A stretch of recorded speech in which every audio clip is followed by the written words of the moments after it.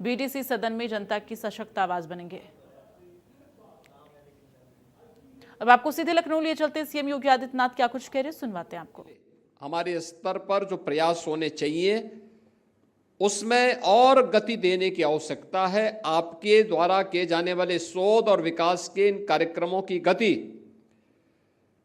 प्रदेश की भी और देश की भी प्रगति में एक निर्णायक भूमिका का निर्वहन कर सकता है।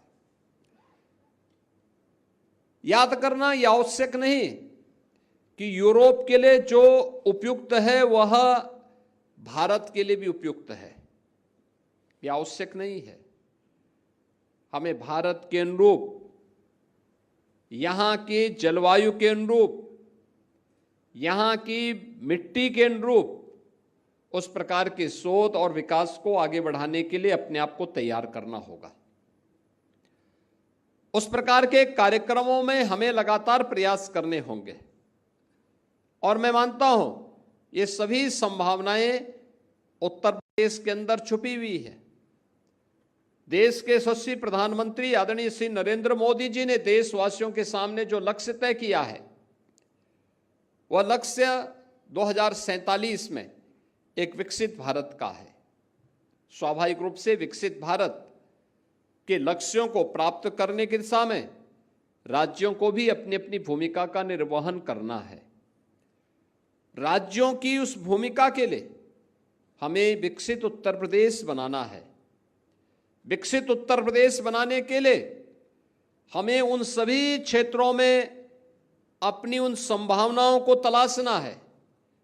आज हमने तय किया है, भारत सरकार ने तय किया है कि 2027 में भारत $5 ट्रिलियन की इकोनॉमी बनेगा।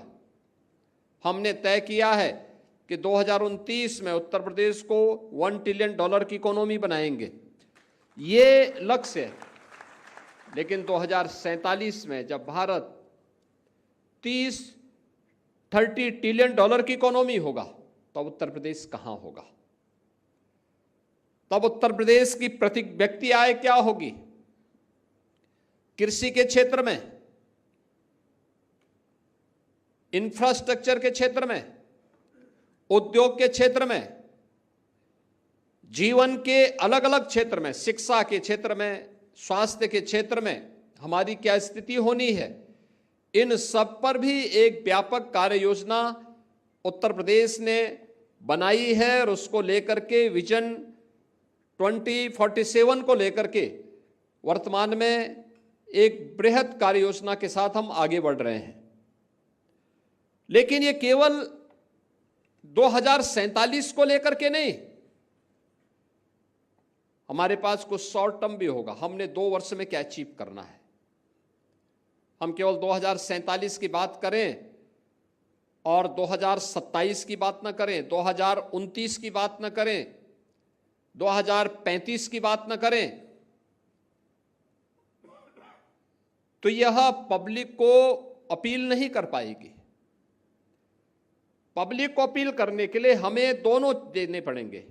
शॉर्ट टर्म क्या हमारा लक्ष्य होगा, मीडियम का क्या लक्ष्य होगा और लॉन्ग टर्म प्लानिंग हमारी क्या होगी।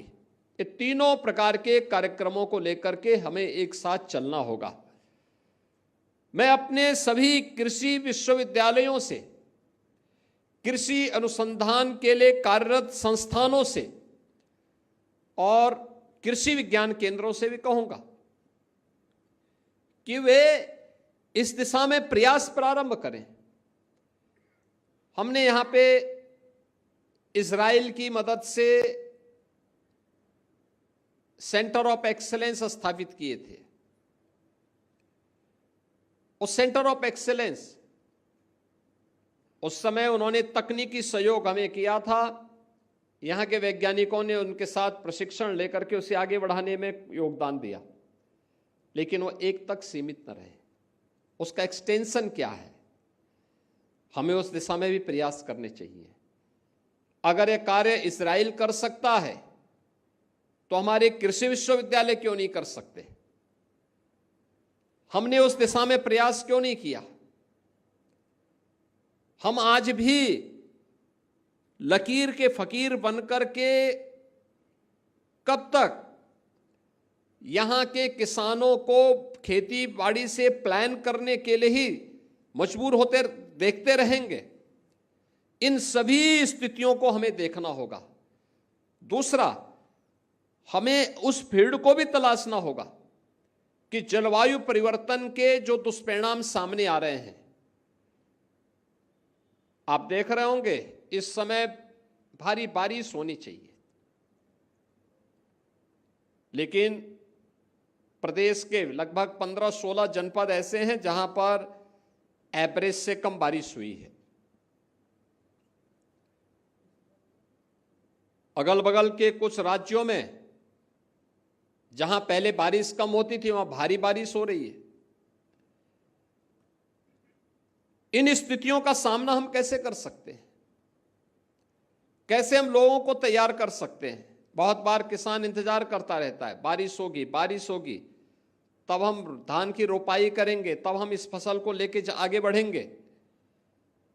और अंततः होता क्या है, जब हम देर में, अगर कोई भी फसल 1 महीने लेट होगी तो ये मान के चलिए कि बीज अगर वही पुराना है तो लेट होने का परिणाम क्या है, उसकी 30% तक प्रोडक्शन पे भी असर पड़ता है।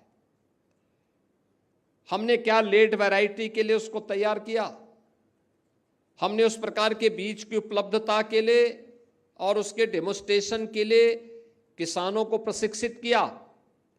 क्योंकि किसान तो बीज देखता है, बहुत बार उसको उसकी जानकारी नहीं होती है, तो बीज देख करके तय कर लेता है कि साहब ये सब एक जैसा है, ठीक है, ये सभी चीजें उसके सामने तय होती हैं। वो बीज देख करके उसी ढंग से उसकी बुआई कर लेता है, उसकी रोपाई कर लेता है।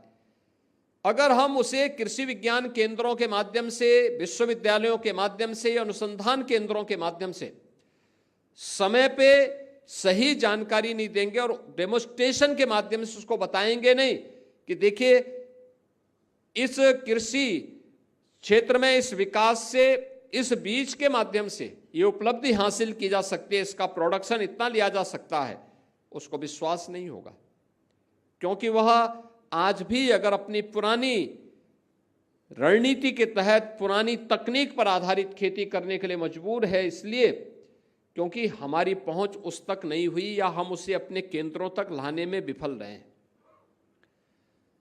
हमें इस बात को ध्यान में रखना होगा कि उत्तर प्रदेश के अंदर सर्वाधिक रोजगार देने वाला क्षेत्र कृषि आज भी है। आप याद करिए, लगभग 3 करोड़ किसान अकेले कृषि पर निर्भर करते हैं। कृषि के बाद जो दूसरा सेक्टर हमारा है जो सर्वाधिक रोजगार दे रहा है वह एमएसएमई का सेक्टर है, जिसमें लगभग 1,65,00,000 के आसपास लोग इसके माध्यम से रोजगार प्राप्त करते हैं। और फिर अलग अलग सेक्टर में फिर लोगों ने अलग अलग प्रकार के रोजगार अपने अनुसार अर्जित किए हैं।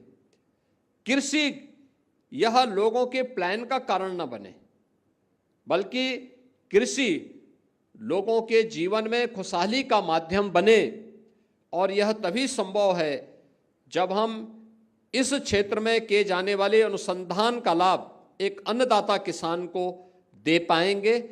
आज यहाँ पर आप सभी कृषि वैज्ञानिक अपने अपने क्षेत्र में जो कार्य किए हैं इनसे संबंधित यहाँ पे इन सभी मुद्दों पर चर्चा करेंगे। उपकार के 35 वर्ष की इन उपलब्धियों के साथ अपने अनुभव को साझा करेंगे, उसे किसी एक निष्कर्ष पर पहुंचाएंगे और आगामी विकसित भारत की उस परिकल्पना को साकार करने में उत्तर प्रदेश की क्या भूमिका होने वाली है, उस भूमिका के लिए अपने आप को तैयार करेंगे। ये मान के चलिए कि अगर उत्तर प्रदेश विकसित उत्तर प्रदेश होता है तो भारत को विकसित होने से दुनिया की कोई ताकत रोक नहीं सकती है। इतनी बड़ी आबादी का राज्य अगर विकसित होने के लक्ष्यों को प्राप्त करता है और हर व्यक्ति अपने अपने फील्ड में उसके अनुसार ईमानदारी के साथ प्रयास करता है तो उसे प्राप्त करने में फिर कोई दिक्कत नहीं होगी।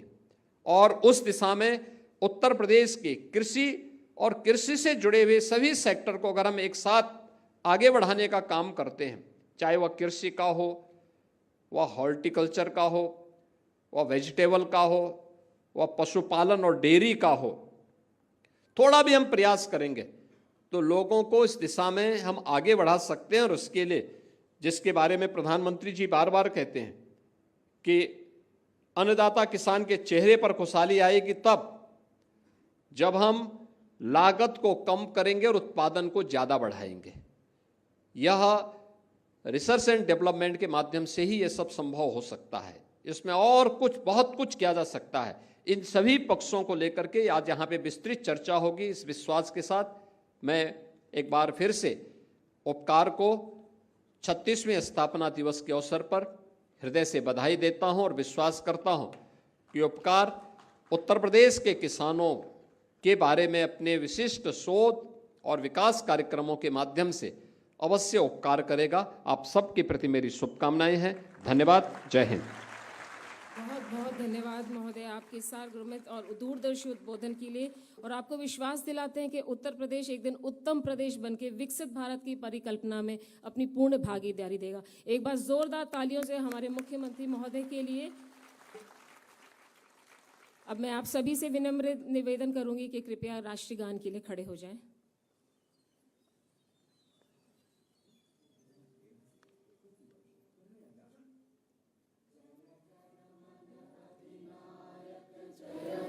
भारत भाग्य विधाता, पंजाब सिंध गुजरात मराठा द्राविड़ उत्कल बंगा, विंध्य हिमाचल यमुना गंगा उच्चल जलधि तरंगा। तब शुभ नामे जागे, तब शुभ आशीष मांगे, गाए तब जय गाथा। जन गण मंगलदाय, जय हे भारत भाग्य विधाता। जय हे, जय हे, जय हे, जय जय जय जय हे। जय। कार्यक्रम घोषित कर दिया कृषि मंत्री द्वारा।